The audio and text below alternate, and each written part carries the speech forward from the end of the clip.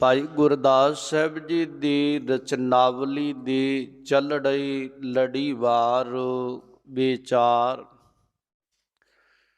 ਭਾਈ ਗੁਰਦਾਸ ਸਾਹਿਬ ਬੜੇ ਬੜੇ ਸੁੰਦਰ ਪ੍ਰਮਾਣ ਦੇ ਕੇ ਸਾਨੂੰ ਸਮਝਾਉਂਦੇ ਨੇ। ਬਚਨ ਕਰਦੇ ਜੈਸੇ ਬਚਰਾ ਬਸ਼ਰਾ ਬੇਲਲਾਤ ਮਾਤ ਮਿਲਬੇ ਕੋ।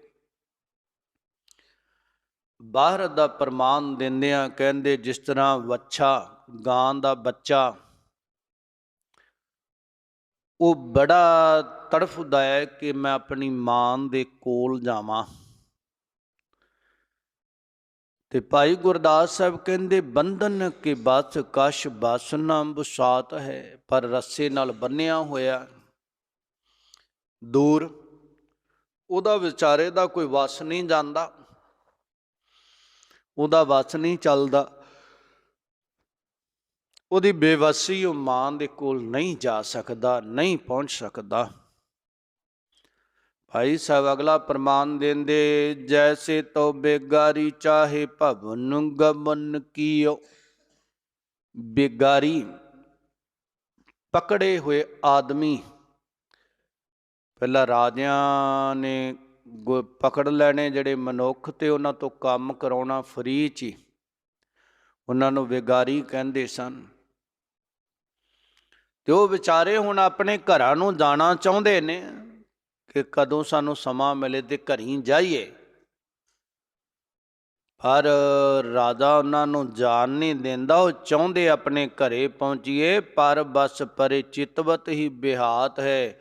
ਪਰਾਏ ਵਸ ਹੁੰਦੇ, ਪਰਾਏ ਅਧੀਨ ਹੁੰਦੇ ਆ। ਉਹ ਰਾਜਾ ਉਹ ਉੱਥੋਂ ਦਾ ਮੋਹਤਬਾਰ ਕਦੋਂ ਉਹਨਾਂ ਨੂੰ ਆਜ਼ਾਦ ਕਰੇ ਤੇ ਆਪਣੇ ਘਰੀਂ ਜਾਣ। ਵਿਚਾਰੇ ਉੱਥੇ ਹੀ ਚਿਤਵਦੇ ਰਹਿੰਦੇ ਆ ਤੇ ਸਮਾਂ ਉਹਨਾਂ ਦਾ ਬਤੀਤ ਹੁੰਦਾ ਜਾਂਦਾ ਆ, ਉਹ ਗੁਲਾਮੀ ਚੋਂ ਨਿਕਲ ਨਹੀਂ ਸਕਦੇ। ਭਾਈ ਸਾਹਿਬ ਤੀਜਾ ਪ੍ਰਮਾਣ ਦਿੰਦੇ ਜੈਸੇ ਬਿਰਹਾਨੀ ਪਰੈ ਸੰਗਮ ਸਨੇਹ ਚਾਹੇ। ਪਤੀ ਤੋਂ ਦੂਰ ਬੈਠੀ ਬੀਬੀ ਆਪਣੇ ਮਾਲਕ ਦੇ ਘਰ ਆਉਣਾ ਚਾਹੁੰਦੀ, ਮਾਲਕ ਦੇ ਕੋਲ ਰਹਿਣਾ ਚਾਹੁੰਦੀ। ਭਾਈ ਗੁਰਦਾਸ ਸਾਹਿਬ ਕਹਿੰਦੇ ਲਾਜ ਕੋਲੇ ਅੰਕੁਸ਼ੂ ਕੈ ਦੁਰ ਬਲ ਗਾਤ ਹੈ। ਔਰ ਪਤੀ ਦੇ ਦੂਰ ਜਾਣ ਕਰਕੇ, ਪਤੀ ਦੇ ਨਾ ਆਉਣ ਕਰਕੇ, ਔਰ ਮਨ ਦੀ ਚਿਤਵਨੀ ਜਿਹੜੀ ਆ ਮਾਲਕ ਤੋਂ ਦੂਰ ਰਹਿਣ ਕਰਕੇ ਸ਼ੋਕਾ ਤੁਰ ਗਮਗੀਨਤਾ ਦੇ ਵਹਿਣ ਵਿੱਚ ਵਹਿ ਜਾਂਦੀ। ਭਾਈ ਗੁਰਦਾਸ ਸਾਹਿਬ ਕਹਿੰਦੇ ਜੈਸੇ ਗੁਰ ਚਰਨ ਸਰਨ ਸੁਖ ਚਾਹੈ ਸਿੱਖ, ਤੈਸੇ ਉਸੇ ਤਰ੍ਹਾਂ ਹੀ ਗੁਰੂ ਦਾ ਸਿੱਖ ਗੁਰੂ ਦੇ ਚਰਨਾਂ ਦੀ ਸ਼ਰਨ ਆਸਰਾ ਲੈ ਕੇ ਸਤਿਗੁਰਾਂ ਦੇ ਕੋਲ ਸਦੀਵ ਕਾਲ ਰਹਿਣਾ ਚਾਹੁੰਦਾ ਹੈ। ਭਾਈ ਸਾਹਿਬ ਕਹਿੰਦੇ ਆਗਿਆ ਬਾਧੁ ਰਹਿਤ ਬਾਦੇਸ਼ ਔਕਲਾਤ ਹੈ। ਪਰ ਗੁਰੂ ਕੀ ਆਗਿਆ ਦਾ ਬੱਝਾ ਹੋਇਆ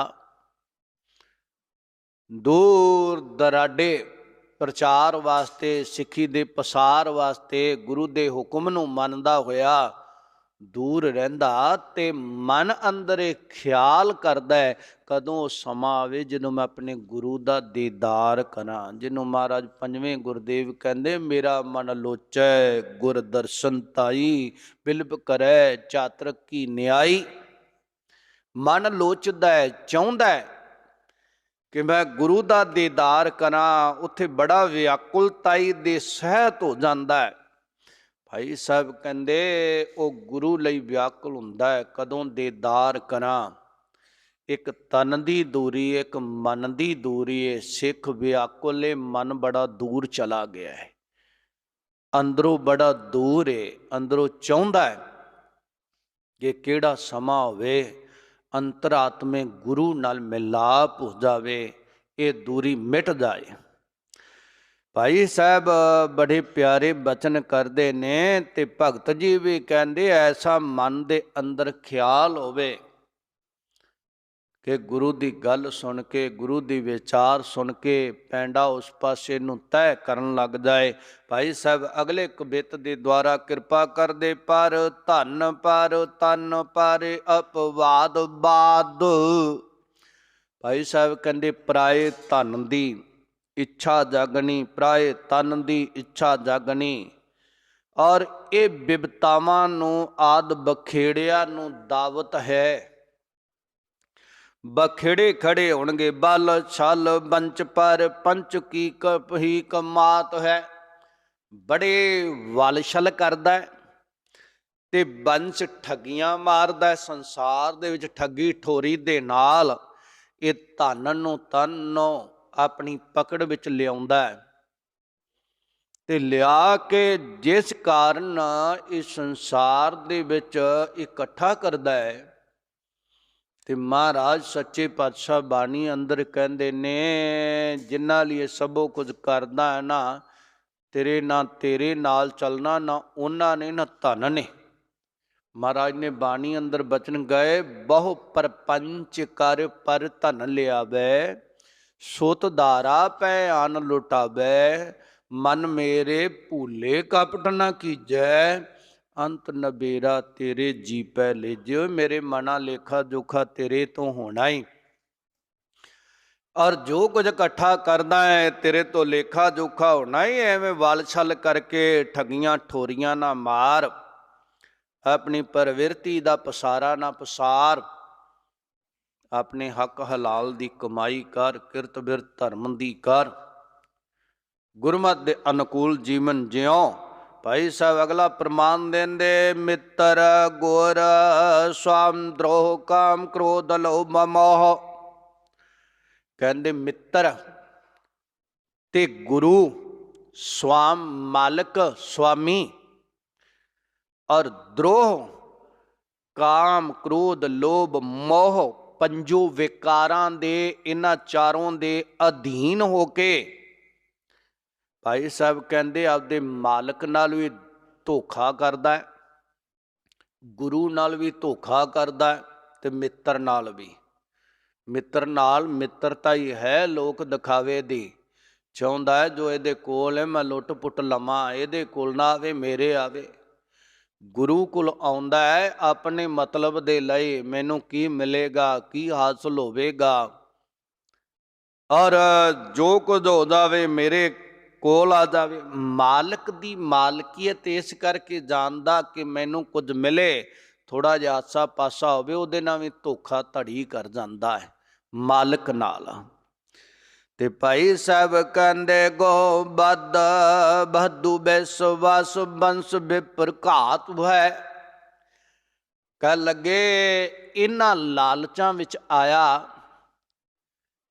ਔਰ ਗਊ ਵੱਧ ਕਰਨੀ, ਗਊ ਆਦ ਦਾ ਮਾਰਨਾ, ਗਊ ਵਰਗੇ ਜੀਵਨ ਨਿਮਰਤਾ ਵਾਲੇ ਹਲੀਮੀ ਵਾਲੇ ਜੀਵਾਂ ਦਾ ਘਾਤ ਕਰਨਾ, ਔਰ ਫਿਰ ਸੰਸਾਰ ਦੇ ਵਿੱਚ ਔਰ ਇਸਤਰੀ ਆਦ ਨੂੰ ਮਾਰਨਾ ਕਿਸੇ ਗੱਲ ਤੋਂ, ਔਰ ਸੰਸਾਰ ਦੇ ਵਿੱਚ ਬੱਚੀਆਂ ਨਿੱਕੀਆਂ ਨਿੱਕੀਆਂ ਕਿੰਨੀਆਂ ਮਾਰੀਆਂ ਜਾ ਰਹੀਆਂ ਨੇ।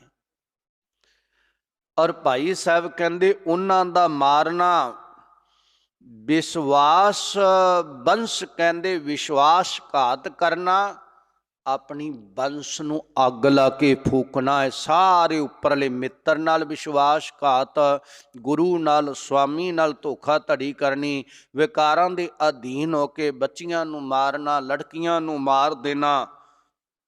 ਤੇ ਔਰ ਭਾਈ ਸਾਹਿਬ ਕਹਿੰਦੇ ਨੇ ਔਰ ਵਿਸ਼ਵਾਸਘਾਤ ਕਰਨਾ, ਬੰਸ ਨੂੰ ਅੱਗ ਲਾਉਣੀ, ਵਿਪਰਘਾਤ ਔਰ ਧਰਮ ਦੇ ਮਾਰਗੀਏ ਜਿਹੜੇ ਨੇ ਉਹਨਾਂ ਨੂੰ ਮਾਰਨਾ, ਖਤਮ ਕਰਨਾ। ਭਾਈ ਸਾਹਿਬ ਕਹਿੰਦੇ ਆਪਣੀ ਬੰਸ਼ ਦਾ ਨਾਸ਼ ਕਰਨ ਦੇ ਤੁਲ ਹੈ, ਔਰ ਤੇਰੀ ਬੰਸ਼ ਦਾ ਇਉਂ ਹੀ ਨਾਸ਼ ਹੋ ਜਾਵੇਗਾ ਜੇ ਤੂੰ ਇਹਨਾਂ ਤੋਂ ਨਾ ਗੁਰੇਜ਼ ਕੀਤਾ। ਰੋਗ ਸੋਗ ਹੋਏ ਬੇਹੋਗ ਆਪਦਾ ਦਰਿਦਰ ਛਿਦਰਾ। ਭਾਈ ਸਾਹਿਬ ਤੀਜਾ ਪ੍ਰਮਾਨ ਦਿੰਦੇ ਕਹਿੰਦੇ ਬੜੇ ਰੋਗ ਤੇ ਸੋਗ, ਮਨ ਨੂੰ ਗਮਗੀਨਤਾ, ਵਿਯੋਗ ਵਿਛੋੜੇ ਦੇ ਅੰਦਰ ਜੀਵਨ ਬਤੀਤ ਕਰੇਗਾ। ਅਪਦਾ ਦਰਿਦਰ ਛਿਦਰਾ, ਬਹੁਤ ਬਿਪਤਾਵਾਂ 'ਚ ਘਿਰ ਗਿਆ, ਉੱਪਰ ਦਲਿੱਦਰਤਾ ਹੀ ਆ ਪਈ, ਖਾਣ ਨੂੰ ਪਹਿਨਣ ਨੂੰ ਕੁਝ ਨਹੀਂ ਰਹਿ ਗਿਆ। ਛਿਦਰਾ ਕਹਿਣ ਲੱਗੇ ਅਨੇਕਾਂ ਛਿਦਰ ਛੇਕ, ਘਾਟਾਂ ਜੀਵਨ ਅੰਦਰ ਉਪਜਾਈਆਂ। ਭਾਈ ਸਾਹਿਬ ਕਹਿੰਦੇ ਜਨਮ ਮਰਨ ਜਮ ਲੋਕ ਬਿਲਲਾਤ ਹੈ। ਇਹ ਜਿਹੜੇ ਉੱਪਰ ਔਗਣ ਦੱਸੇ ਹੀ, ਇਹਨਾਂ ਦੇ ਕਾਰਨ ਰੋਗਾਂ ਦਾ ਸੋਗਾਂ ਦੇ ਅਧੀਨ ਹੁੰਦਾ ਤੇ ਬਿਪਤਾਵਾਂ ਦਾ, ਦਲਿੱਦਰਤਾਈ ਦਾ ਘੇਰਿਆ ਜਾਂਦਾ, ਮੁਫਲਸੀ ਦਾ ਘੇਰਿਆ ਜਾਂਦਾ। ਜੀਵਨ ਵਿੱਚ ਔਗਣ ਘਰ ਕਰ ਲੈਂਦੇ ਤੇ ਜੰਮਣ ਮਰਨ ਦੇ ਚੱਕਰ ਵਿੱਚ ਫਿਰ ਪੈਂਦਾ ਹੈ, ਆਵਾਗਮਨ ਦੇ ਚੱਕਰ ਵਿੱਚ ਪੈਂਦਾ। ਜਿਉਂਦੇ ਜੀਵੀ ਦੁੱਖ ਭੋਗਦਾ, ਦੁਖੀ ਹੁੰਦਾ ਹੈ ਤੇ ਉਦੋਂ ਬਾਅਦ ਜੂਨੀਆਂ ਦੇ ਚੱਕਰ ਲਾਉਂਦਾ ਹੈ ਤੇ ਵਿਰਲਾਪ ਕਰਦਾ ਹੈ ਕਿ ਹੁਣ ਮੈਨੂੰ ਕੋਈ ਬਚਾਵੇ। ਉਦੋਂ ਕੋਈ ਨਹੀਂ ਬਚਾ ਸਕਦਾ। ਭਾਈ ਸਾਹਿਬ ਅਗਲਾ ਪ੍ਰਮਾਣ ਦਿੰਦੇ ਆ, ਕਹਿੰਦੇ ਕ੍ਰਿਤ ਘਾਨਾ ਬਿਸਿਖ ਬਿਖੇ ਆਦਿ ਕੋਟ ਦੋਖੀ ਦੀਨ ਅਦਮ ਅਸੰਖ ਮਮ ਰੋਮ ਨ ਪੂਜਾਤ ਹੈ। ਭਾਈ ਗੁਰਦਾਸ ਸਾਹਿਬ ਕਹਿੰਦੇ ਕਿਰਤ ਘਾਨ, ਕੀਤੇ ਨੂੰ ਭੁੱਲ ਜਾਣ ਵਾਲਾ। ਕੀਤਾ ਪਰਮਾਤਮਾ ਨੇ, ਦਾਤਾਂ ਦਿੱਤੀਆਂ ਪਰਮਾਤਮਾ ਨੇ, ਉਹਨੂੰ ਭੁੱਲ ਗਿਆ ਤੇ ਔਰ ਗੁਰੂ ਦੀ ਸਿੱਖਿਆ ਤੋਂ ਪਰੇ ਜਾਣ ਲੱਗ ਪਿਆ। ਚੁਭਵੇਂ ਬੋਲ ਬੋਲਦਾ ਬਖਿਆਦੀ, ਔਰ ਜਿਹਦੇ ਨਾਲ ਬਖੇੜੇ ਜੀਵਨ ਵਿੱਚ ਵਿਕਾਰ ਖੜੇ ਹੋਣੇ। ਕੋਟ ਦੋਖੀ ਦੀਨ, ਕਹਿੰਦੇ ਕਰੋੜਾਂ ਦੂਸ਼ਣਾਂ ਵਾਲਾ। ਦੀਨ ਬੜਾ ਅਜ਼ਿਜ਼ ਜਿਹਾ ਹੋਇਆ, ਬਹੁਤ ਹੀ ਜ਼ਿਆਦਾ ਨਿਗਾਰ ਵੱਲ ਨੂੰ ਚਲਾ ਗਿਆ। ਭਾਈ ਸਾਹਿਬ ਕਹਿੰਦੇ ਆਦਮ ਅਸੰਖ ਮਮ ਰੋਮ ਨਾ ਪੁਜਾਤ ਹੈ। ਭਾਈ ਸਾਹਿਬ ਕਹਿੰਦੇ ਆਦਮ ਬੜਾ ਨੀਚ, ਅਸੰਖ ਬੇਅੰਤ, ਨੀਚਾਂ ਤੋਂ ਨੀਚ, ਮਮ ਰੋਮ ਨਾ ਪੁਜਾਤ ਹੈ, ਮੇਰੇ ਇੱਕ ਰੋਮ ਦੇ ਬਰਾਬਰ ਨਹੀਂ। ਕਿਉਂ? ਕਹਿਣ ਲੱਗੇ ਮੈਂ ਬੜਾ ਹੀ ਉਦੋਂ ਵੀ ਗਿਆ ਗਵਾਤਾ ਹੈ। ਭਾਈ ਸਾਹਿਬ ਦੀ ਨਿਮਰਤਾ ਦੀ ਹੱਦ ਹੈ।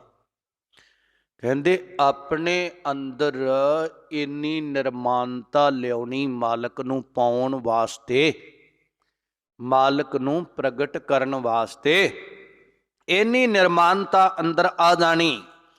ਭਾਈ ਸਾਹਿਬ ਅਗਲਾ ਕਵਿਤਾ ਉਸ ਦੇ ਦੁਆਰਾ ਕਿਰਪਾ ਕਰਦੇ ਨੇ। ਕਹਿੰਦੇ ਬੇਸਵਾ ਕੇ ਸੰਗਾਰ ਵਿਚਾਰ ਕੂ ਨ ਪਾਰ ਪਈਐ। ਭਾਈ ਸਾਹਿਬ ਕਹਿੰਦੇ ਬੇਸ਼ਵਾ ਨੇ ਤਨ ਤੇ ਕਰ ਲਏ ਸ਼ਿੰਗਾਰ, ਤੇ ਉਹਦੇ ਸ਼ਿੰਗਾਰ ਕਰਨ ਦੇ ਨਾਲ, ਵਸਤਰ ਪਹਿਨਣ ਦੇ ਨਾਲ ਉਹ ਸੁਹਾਗਣਤਾ ਨਹੀਂ ਨਾ ਬਣ ਗਈ। ਵਿਚਾਰ ਟਕੇ ਟਕੇ ਤੇ ਤਨ ਵੇਚਦੀ ਰਹੀ। ਭਾਈ ਗੁਰਦਾਸ ਸਾਹਿਬ ਕਹਿੰਦੇ ਆ ਉਹ ਸੁਹਾਗਣ ਨਹੀਂ ਬਣੀ। ਤਨ ਦੇ ਸ਼ਿੰਗਾਰ ਜਿਹੜੇ ਨੇ ਕਰਨ ਨਾਲ ਬਿਨ ਪਰ ਧਾਰ ਕਾ ਕਿਨਾਰ ਕੈ ਬੁਲਾਈਏ। ਕਹਿੰਦੇ ਉਹਦਾ ਪਤੀ ਕੋਈ ਨਹੀਂ, ਤਨ ਤੇ ਸ਼ਿੰਗਾਰ ਵਸਤਰ ਪਹਿਨ ਲਏ ਤੇ ਉਹਦੇ ਨਾਲ ਸੁਹਾਗਣ ਨਹੀਂ ਬਣ ਲੱਗੀ। ਕੋਈ ਕੀ ਇਹ ਹਵਾਲਾ ਦੇ ਕੇ ਦੱਸੇਗਾ ਕਿ ਇਹ ਫਲਾਣੇ ਦੀ ਪਤਨੀ ਹੈ? ਕਿਸੇ ਦੀ ਉਹ ਪਤਨੀ ਨਹੀਂ ਕਹਿਲਾ ਸਕਦੀ।